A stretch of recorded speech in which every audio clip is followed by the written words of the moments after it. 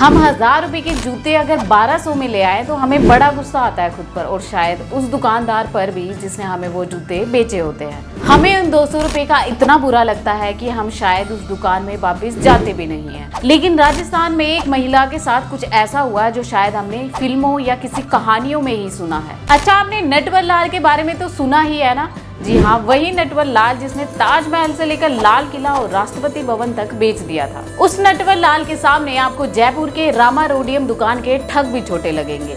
नटवर लाल ने जब ताजमहल किसी को बेचा होगा तो उसकी कीमत कम से कम ठीक ठाक ही बताई होगी, मतलब जितनी ताजमहल की हैसियत है उतनी तो कम से कम बताई ही होगी। लेकिन जयपुर के रामा रोडियम दुकान के ठगों ने एक विदेशी महिला को ज्वेलरी उसकी असली कीमत से 2 लाख गुना ज्यादा कीमत से बेच डाली। अब इतनी बड़ी ठगी का महिलाओं को पता भी चलता है तो पूरे 1 साल बाद पता चलता है। अमेरिका की रहने वाली इस महिला का नाम है चेरिश। अब चेरिश ने 2022-23 में रामा रोडियम से 6 करोड़ रुपए की ज्वेलरी खरीदी थी। बस फिर क्या था, चेरिश इतनी महंगी ज्वेलरी खरीद कर अमेरिका निकल गई और वहां लगी फ्लॉन्ट करने की, भाई मेरी ज्वेलरी तो पूरे 6 करोड़ रुपए की है, वो भी all the way from India. इसी तरह की शोबाजी चेरिश ने अमेरिका के ज्वेलरी एग्जीबिशन के दौरान की।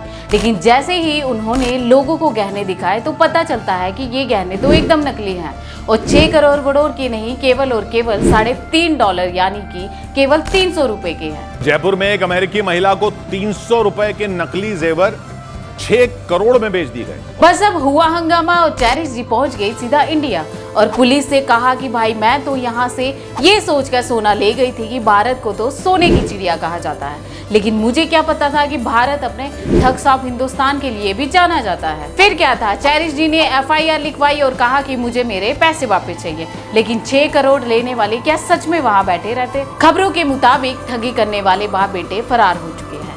पुलिस ने अभी केवल एक आरोपी को ही पकड़ा है जिसने उस नकली ज्वेलरी में नकली हॉलमार्क का निशान लगाया था।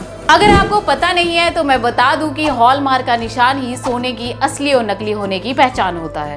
उनको हॉलमार्क के सर्टिफिकेट बना के देते थे, उनको जब हमने जांच करवाया तो वो फर्जी निकले। अब इन ठगों की हरकत तो देखो, जब महिला ने पुलिस से इस ठगी की शिकायत की तो उन ठगों ने उल्टा महिलाओं पर ज्वेलरी चुराने का आरोप लगा दिया। इस वीडियो के आधार पर उन दोनों पिता और बेटे ने उस महिला पर गहने लूटने का आरोप लगा दिया था, लेकिन जब इसकी जांच की गई तो ये आरोप झूठा निकला।